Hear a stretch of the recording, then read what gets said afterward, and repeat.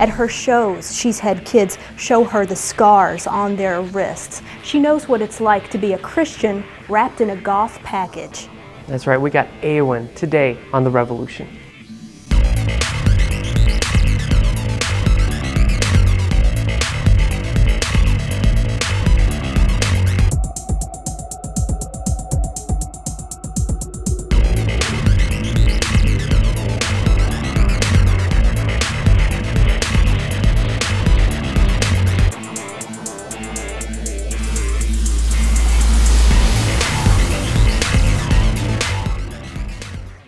Welcome to The Revolution, a show with killer music and razor-sharp truth. I'm George. And I'm Kat. Today, Lady Gaga gets all the attention for being the hero to the underdogs, but one lady also in the music industry says she recognizes the real epidemic, where millions of people are struggling with hopelessness, worthlessness, not wanting to live at all. That's right, and one of her recent albums was titled Silent Screams. This Kentucky girl gone goth writes about not just how it feels, but takes it one step further, something that artists rarely do.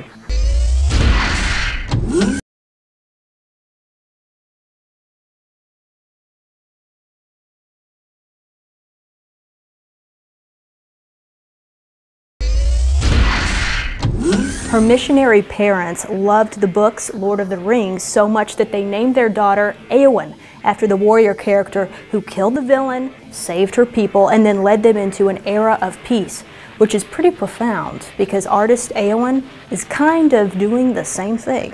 That's right, she's making a big difference, and she's addressing issues that just about every young person is dealing with. Kat sat down with Eowyn in Nashville.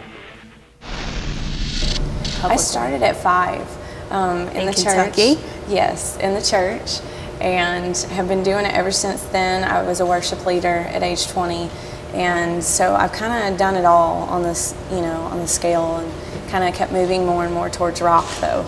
Okay, what was your first guitar? My first guitar, I got a guitar when I was 16 from my dad, and still can't play it very well. When I write music, I write very oddly. I just get lyrics and melody, it just comes to my head, and then I go sing it to somebody else, and then they put all the music around it. So next color the hair is going to be? Gosh, maybe purple. I might end up trying to get it back to the white and black that I just went away from. She told me I'd do that. She said, you're going to get away from it and then want it back, so. Now, when you're touring on the bus, and I saw your bus last night. Yes. Nice. Yes. By the huge. way. It's a godsend. New bus? We've had it for 3 years. Wow. It's a used bus, but it definitely, I have a bad back, and I'm crazy on stage, so people aren't going to believe that I actually have a bad back, but I do it anyway. I don't care. I was told that if I didn't start going to therapy and stuff, that I'd start being crippled in my 30s. Oh, and wow. So the bus is actually for that I can relax, and so God made a way. Posturepedic bus, you guys. Yes. I got to get me one of those. Yes. Have you named this bus? Or it is called the Godsend, actually. So when I call it that, literally we even like we were gonna think we're corny. We had the tags made up for it in front and back because we were like, God sent us that bus. He allowed us to have it, and I'm always afraid people are gonna think I'm a diva because I have it. So I make sure the minute we get to venues, I jump off because I don't want them to think, oh, she's hiding in the bus. All right, guys, don't forget to check us out online, therevolutiontv.com. There you're going to find our 24/7 video channel. It's filled with your favorite bands. If you need anything, just reach out to us. Remember, you're not alone. I had the honor to sit down with artist Eowyn, and yes, she was named after the Lord of the Rings books, after a warrior maiden character. Pretty big shoes to fill, but in her own way, she is J.R. Tolkien's kind of girl. She is going after her calling, and it all started when she was just 5 years old. I was nervous. I remember my mom told me the first time I was singing at church, I was so nervous about it before and started crying about it. But then she said the minute I got up on the stage that I was bold and, charismatic, and then I owned that mic. And at the time, though, they said I was very much higher voice, and now I have more of an alto. So my voice has changed. I can't sing very high anymore. But yeah, I think that's consistent. I can be insecure sometimes in person with people. I'm outgoing, but I worry. I'm a people pleaser sometimes. I worry what people think.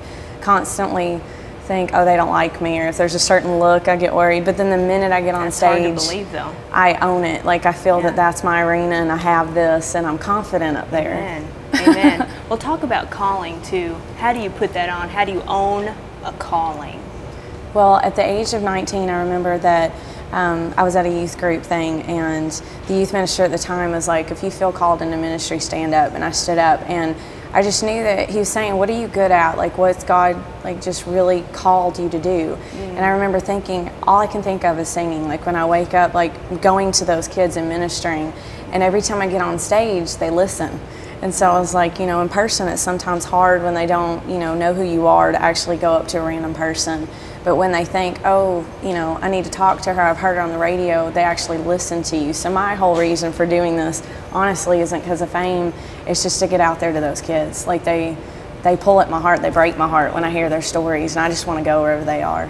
I've noticed that when you have to be careful as a female, because, you know, it matters what you wear and how you present yourself, and especially in the Christian market. You know, I mean, I do some weird things on stage anyway, and I always have to make sure that I'm being modest enough. Well, I've been told I'm creepy. Huh? You're creepy. What? Well, yesterday someone said something about I was a possessed robot, because I do all these weird things, like almost like, you know, a pop thing on stage, but I do just crazy stuff. And I do a lot of this on stage and stare people down. And so I smile a lot in person, and on stage I have to occasionally smile just so I don't scare people. You're in the zone, though. Yes. Yes. Yeah. Definitely. So, okay, so you watch what you wear. Yes, I watch what I wear. Okay. And it's harder as a female in the market anyway. I don't mean that to try to be like, oh, poor me, but it is hard sometimes, because you are looked at a little differently, and it is harder to break out sometimes. The males, when you think of how many there are right now in the Christian rock, I mean, you can have band after band after band come out, but being even a female, like I know there's Firefly, Flyleaf right now, and they're like, oh, we have enough already. I mean, it's hard to break out even, so, but I definitely think that that the girls look up to you, and that there's not a lot of girls out there, so they need someone that they can look, and it's scary sometimes. I mean, you definitely want to be living the right way and definitely following God, because they're watching. Hey guys, this is Eowyn, and you're watching The Revolution.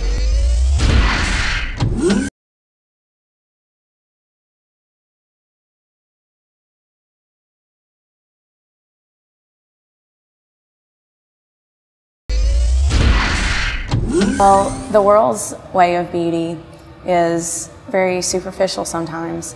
And I gotta admit, though, I love the eye makeup. Me too. I definitely have a hard time going out in public without my makeup. But what I tell these girls out on the road who tell me, people are telling me I'm worthless, or I'm ugly, or I'm just not worth anything, I look at them and I tell them, yeah, but God knew you before you were even born. He formed you. And He has plans for you, and He sees your worth and your beauty no matter what. Like, no matter who you are, your height, build, anything. You have so much beauty, and the world puts so much emphasis on, it's got to be a certain way or a certain size. And God's just like, you know what? I created you. So sometimes I look at it when we don't, and I do a lot, I'll look and be like, oh, I just wish I had this or that, or look this way. You? No. Yes. You're gorgeous, oh, girl. thank you. Gosh, See, you're that's beautiful. hard to believe. Though. And I think people don't believe it, and it's true in your mind. Like, people will tell you, oh, you're beautiful, and you're like, yeah, I look at someone else and, you think, I wish I looked like that. And so God reminds me constantly, be who I created you to be. And yeah, the insecurities roll in, though. I think that's why I can write what I do, though, because I feel Him. I think He allows me to feel that sometimes, to understand where some of these kids are coming from. Oh, yeah.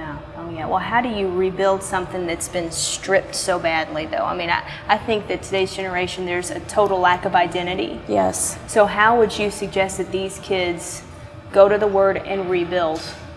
It's hard. I got discouraged, I'll admit, this last week. I met a girl when she was 13. She was a Wiccan, so this was 3 years ago. She was a Wiccan. She's already been sleeping around, she's been drugged, she's tried to kill herself, and I met her, and we've been friends for 3 years. And every time she comes to me, I keep speaking the truth. And I think that's all we can do as Christians is speak the truth and love these kids, but be honest and tell them, you know, I was one day on the phone with her being like, you know, girl, I said her name, but I was like, you know what? You need to run to God. I know you're feeling this. You need to get in the Word and start speaking that, you know what? I'm not going to accept those lies anymore. And a lot of it is what we say. And I try to tell those kids that, you know, when we speak, I'm worthless, I'm nothing, and we start grabbing a hold of that, we're speaking that into our life, and we're kind of portraying that to other people, and so then other people start believing it too, and it's just this, you know, domino effect. It just keeps going. So they got to believe in themselves and grab a hold of that truth in the Word and go read and be like, you know, God says I'm full of worth, and I can do anything through Christ, which is my favorite verse. And so if they think they can't do anything, they may not be able to, but with His help, they can do anything and accomplish anything. On your website, you talk about that you have a heart for kids that attempt suicide, cutting, in the occult.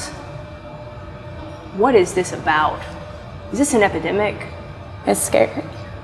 I'm sorry.